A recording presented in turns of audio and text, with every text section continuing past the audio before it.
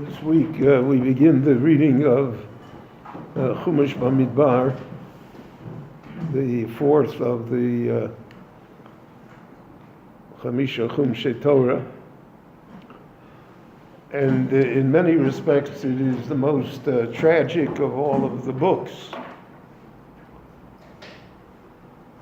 Even though we read the Tochacha in Chumash Vayikra, and we read it again in a longer version in Chumash Dvarim, Bamidbar is suffused with tragedy because the description of the events that occurred when the Jewish people were in the desert. So the parsha begins, it was the second year, it was after they celebrated Pesach for the second time, and now there's going to be a count of the Jewish people.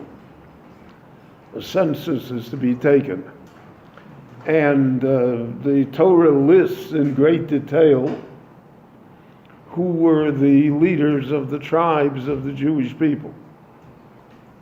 It lists them by name.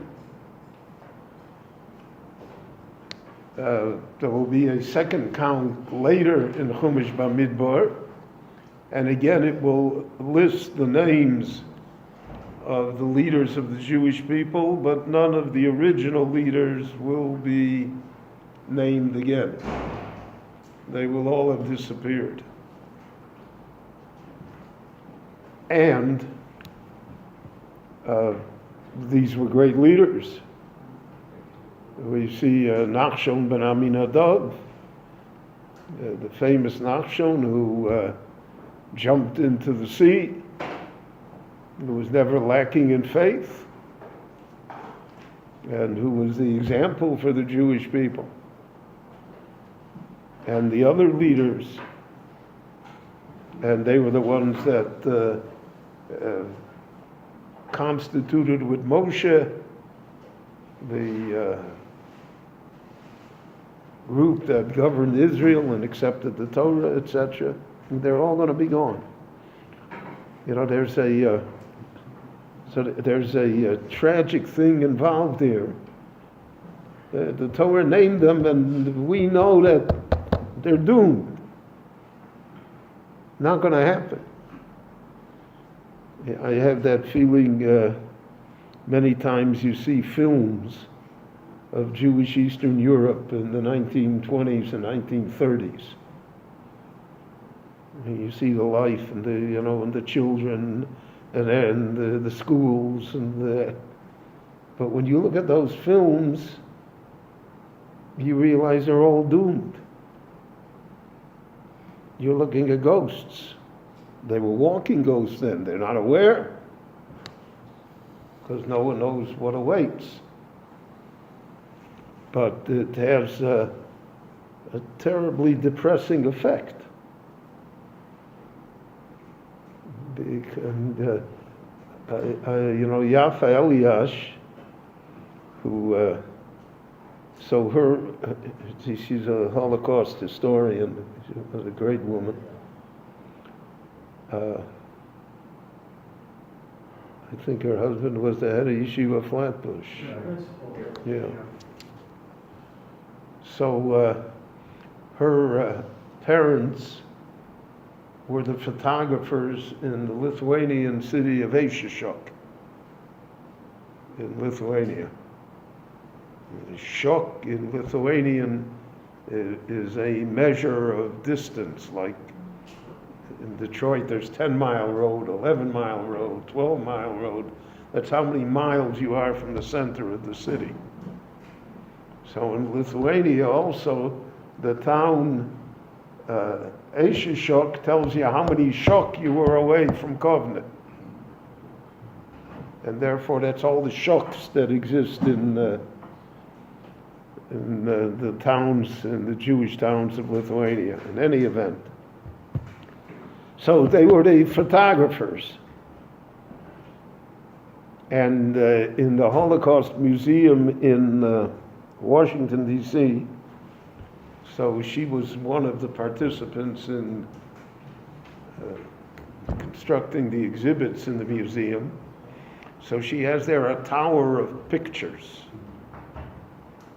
photographs of people that she had from her parents, from the photographer, that she somehow was able to bring with her. And you look at that tower of pictures, to me, that's 100 times more depressing than you show me a picture of Auschwitz. Because Auschwitz is a place, and okay, whatever it does. But here are people that were destroyed. You can see them smiling at you. And all of those pictures were taken in the 1930s. It'd be less than a decade before they would all be destroyed. So here the Chumash does this for us. Gives us all of these names. So again, if there would be an anonymity to it, we wouldn't know. So then it's a figure. It's a number. It's a statistic. But when there are names, so then it's a person. So there is a greater impact. That's why the Torah did this. Because otherwise we can say, who cares? What do I care? Nachbim and Vovsi, this one, that one, who cares? What do I learn from it? That's what we always used to ask in the yeshiva. We'll go, so what do we learn from this? So on the surface, we don't learn anything. List the names. And then we're going to have a whole parsha with numbers and the tribes, and how many, and what families they were. Who needs all of that? What has it got to do with, the Torah is, it's Bava Kama. What is this? But the Torah is impressing upon us the tragedy of Sefer Bamidbar. That all of this is doomed. And it's great people. And it's people that had faith. And these are people who did not worship the golden calves. But they gave up on Eretz Yisrael. They would say later, we can't do it. Ki chosaku mimenu. It's greater even than God. No one can push it. Oh no, where are we going?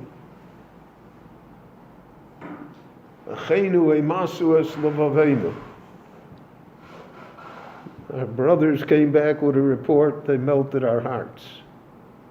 We don't have the stamina to do it. So when you look at the parsha, you have to look at the parsha in juxtaposition to the rest of the Chumash.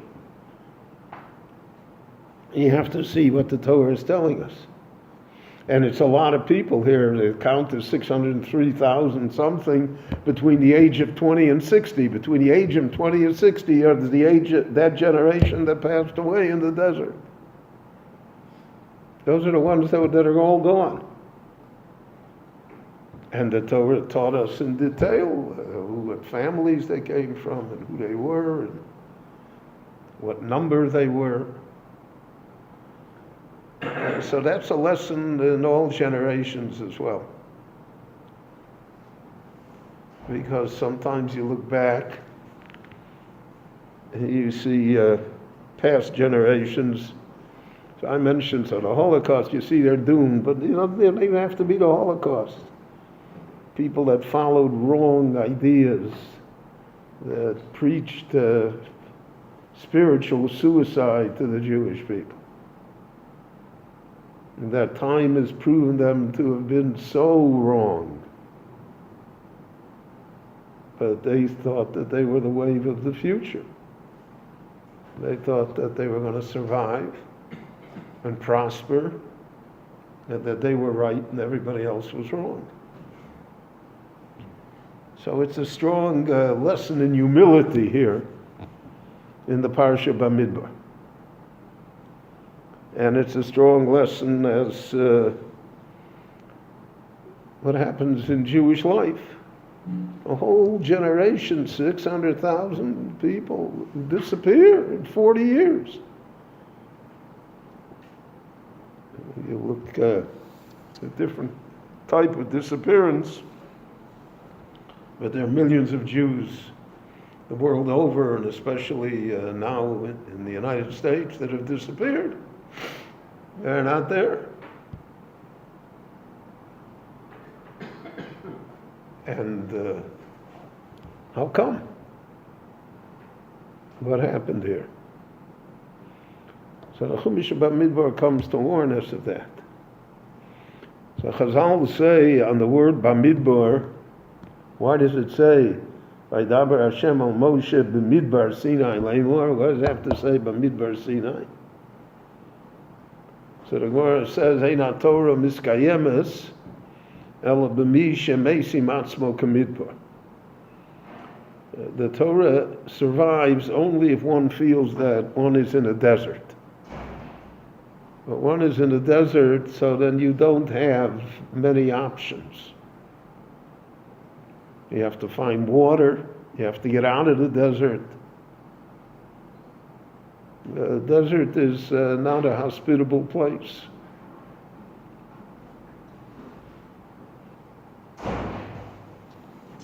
So the Torah survives only when people feel they're in a desert. When they feel that somehow the only thing they have is the Torah. That's what's going to get them through. And that requires a great deal of faith, and it requires knowledge and effort and commitment. It requires everything that it requires to be a Jew. And we're always in a midbar. And we're surrounded by factors that we do not control. So in order to deal with all of that, the Torah gives us this introduction as to how the Jewish future will look. So to a certain extent, this parsha Bamidbar is a continuation of the parsha Bechukotai. Bechukotai taught us the future of the Jewish people in the exile. Eretz Oivehem. You'll be in the land of those who despise you, who hate you. And you'll have to survive there somehow. And the Chumash Bamidbar, the Parsha Bamidbar, comes to describe generally the Jewish people, that our survival is always dependent upon the realization that we're in a midbar. And that tragic things happen. And how we deal with them, what we learn from them, how we pursue greater goals, that's the test of every generation. It's the test of, that's what we said in the Haggadah, Shebechol dor v'dor omdim aleinu l'chalaseinu. Every generation has its challenges. And so sometimes one lives in a glorious desert. I was in Phoenix, Arizona for a few days. Great desert. Air-conditioned desert. But if the air conditioning breaks down, the whole millions of people are done. We live in a desert. We're always dependent. And we're dependent on the Torah, and that's the relationship of the Chumash Bamidbar and the Parsha Bamidbar to the rest of the Torah that we're going to read. Rabbi Chananya ben Akashi Omer, Rotza HaKadosh Baruch Hu L'Zakos Es Yisrael, V'Vizak Nivu Lahem Torah Mitzvot Shenema, V'Anoich HaPeitz U'Man Tzidko, Yaviu Torah